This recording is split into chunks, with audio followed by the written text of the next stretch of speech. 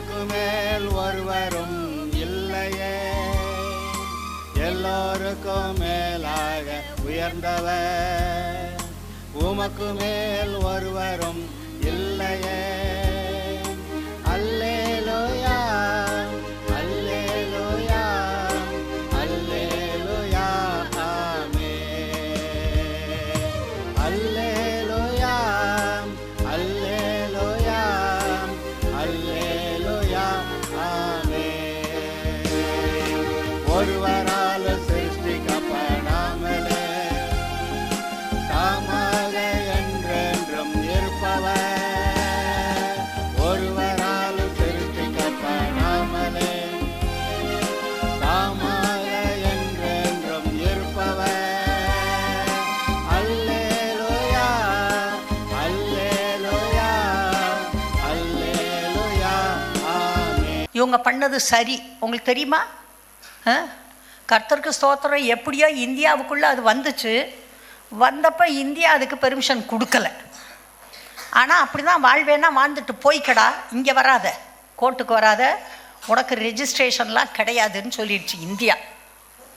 பாருங்க, போப்பாண்டவர் முதன்முறையாக தெளிவாக அதை அனௌன்ஸ் பண்ணியிருக்காரு. நம்பர் 2. நம்பர் 3, அவர் ப்ளூ மாஸ்க் என்று சொல்லக்கூடிய ஒரு பெரிய மசூதி, அது எங்கே இருக்குனாக்க டர்க்கியில் இருக்குது, துருக்கியில். அங்கே இதுவரைக்கும் போன போப்பாண்டவர் எல்லாரோடையும் சேர்ந்து பணிந்து கொண்டார்கள். ஆனால் இந்த போப்பாண்டவர் போய் பணிந்து கொள்ள மறுத்து விட்டார். கைத்தட்டலாம்.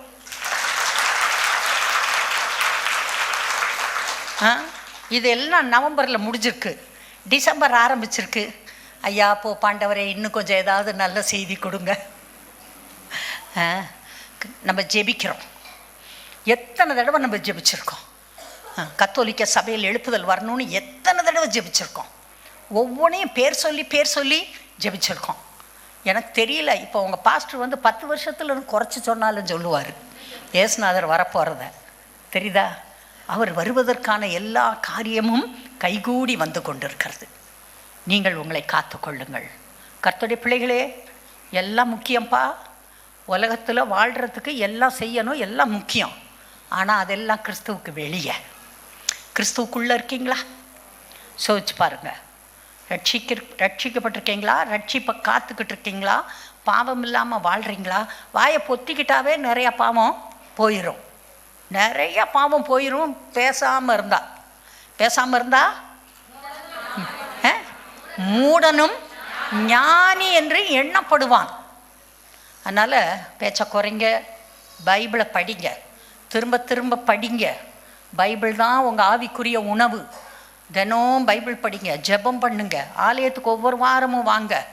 இன்றைக்கி முதல் வாரம் நிறையா ஃபுல்லாக இருக்குது.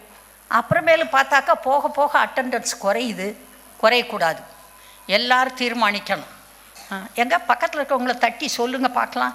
இனிமேல் ஒவ்வொரு வாரமும் சர்ச்சுக்கு ஒழுங்காக வருவேன்.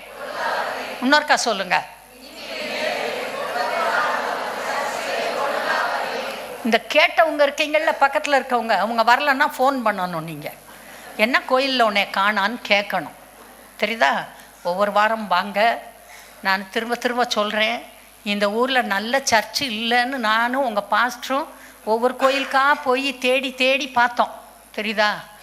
1980களில் எங்களுக்கு 77 கல்யாணம், 78 என் மகன் பிறந்தான். தேடி அலைஞ்சோம். ஒவ்வொரு கோயிலுக்கா, சின்ன கோயில், பெரிய கோயில், தரையில் உட்கார்ற கோயில், சேரில் உட்கார்ற கோயில், எல்லா கோயிலுக்கும் போய் பார்த்தோம். எங்கேயுமே பைபிளில் சொல்லப்பட்டிருக்க மாதிரி போதனை கொடுக்கப்படவில்லை. உங்கள் பாஸ்டர் நல்லா சம்பாரிச்சுட்டு இருந்தார். கவர்மெண்ட் ஆர்ட்ஸ் காலேஜில் அசிஸ்டன்ட் ப்ரொஃபஸர், பிஹெச்டி முடிச்சுட்டு நல்ல சம்பளம் வாங்கிட்டு இருந்தார். கொண்டு வந்து நிறையா கொடுத்துருந்தா என் பாக்கெட்லாம் நல்லா நிறைஞ்சிருக்கும். திடீர்னு இந்த மனுஷன் வந்து சொல்லிவிட்டாரு, வேலையை விட்டுட்டு நான் ஊழியத்துக்கு போகிறேன்னு.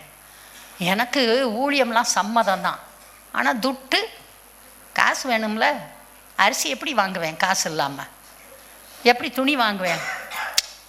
என்னடா அப்படின்ட்டு இப்படி யோசிச்சுட்டு சொன்னேன், எங்க கொஞ்ச நாளைக்கு லீவு போட்டுட்டு அப்புறமா ஊழியம் செய்ய வேண்டியதானே, அப்புறம் பார்த்துக்கலாம்ல, ஒரு 3 வருஷம் லீவை போடுங்கன்னு சொன்னேன்.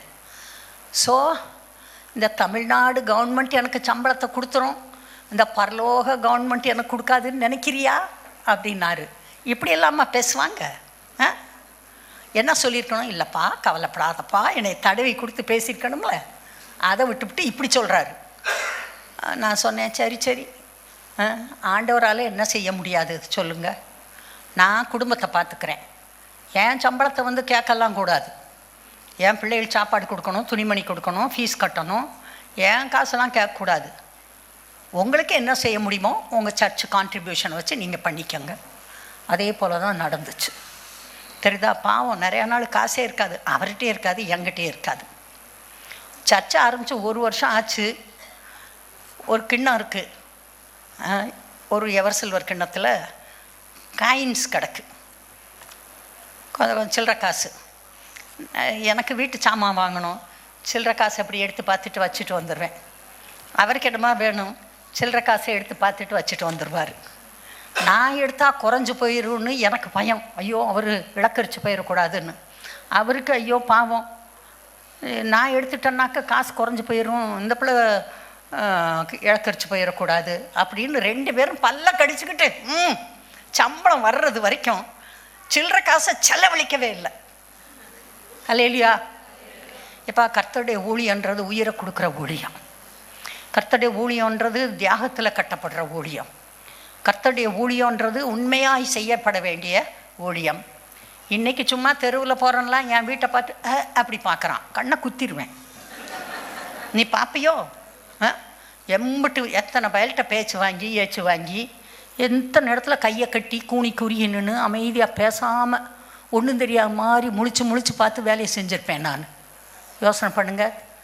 வேலை பார்க்குற இடத்துல பேசக்கூடாது, சண்டை போடக்கூடாது, எல்லாருக்கிட்டையும் அன்பாக பேசி ஒழுங்காக நடக்கணும், கர்த்தருடைய பிள்ளைன்றதை காட்டணும்.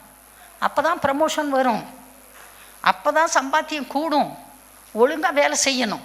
சும்னாச்சுக்கு இப்படி நடக்கிறது, வேலை செய்யாமல் காலையிலேருந்து சாயங்காலம் வரைக்கும் 4 காப்பியை குடித்து வீட்டுக்கு வர்றது, நீ விளங்கவே மாட்டேன். வேலைக்கு போனால் வேலையை ஒழுங்காக செய்யணும், அப்போ சம்பாத்தியம் வரும். கர்த்தர் தான் கொடுப்பார். எந்த மனுஷனும் உங்களுக்கு 5 காசு சும்மா கொடுக்க மாட்டான். யாராவது இந்த அவங்க எனக்கு காசு கொடுத்துருக்கலாம் கொடுக்கலன்னு நினச்சிங்கன்னா நான் சொல்கிறேன், நீ விசுவாசியே இல்லை.